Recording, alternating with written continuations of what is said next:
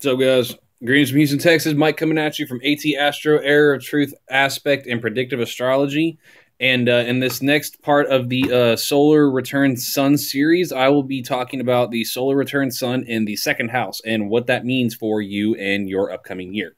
So, the solar return chart is a chart that you cast every year on the day of your birthday, or the moment that the sun comes to the exact same spot that it was at on the day you were born. So sometimes it's the day before, day after your birthday, but right around that time. Whenever you cast the chart, you want to check out where the sun falls, because the sun is going to be a lot of where your ego is at for the course of the year. And it is a wonderful tool for kind of gauging how your year is going to go. Is it going to be a good year? Is it going to be a bad year?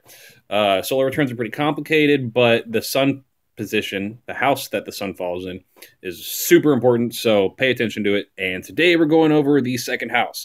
What is the second house? The second house is ruled by Taurus.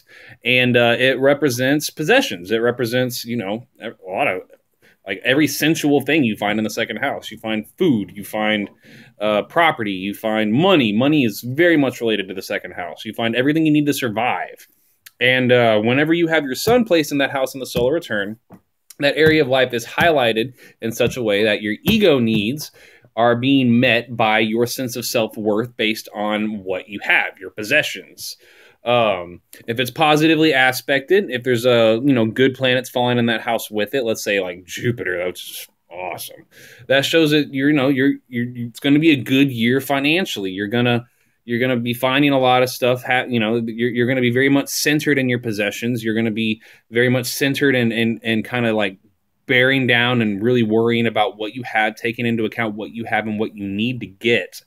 And having it positively aspected, or having other good planets, like let's say Venus or Jupiter, in that house. And sometimes actually even Saturn. Saturn can show some stress in that house as well, but if, like I said, it's receiving positive aspects from other planets and there's nothing crazy happening, like Pluto's not, aspecting any of it harshly, or Mars isn't aspecting any of it harshly, then it shows us a concentration on moving forward and getting your shit together, getting your money piled up, saving.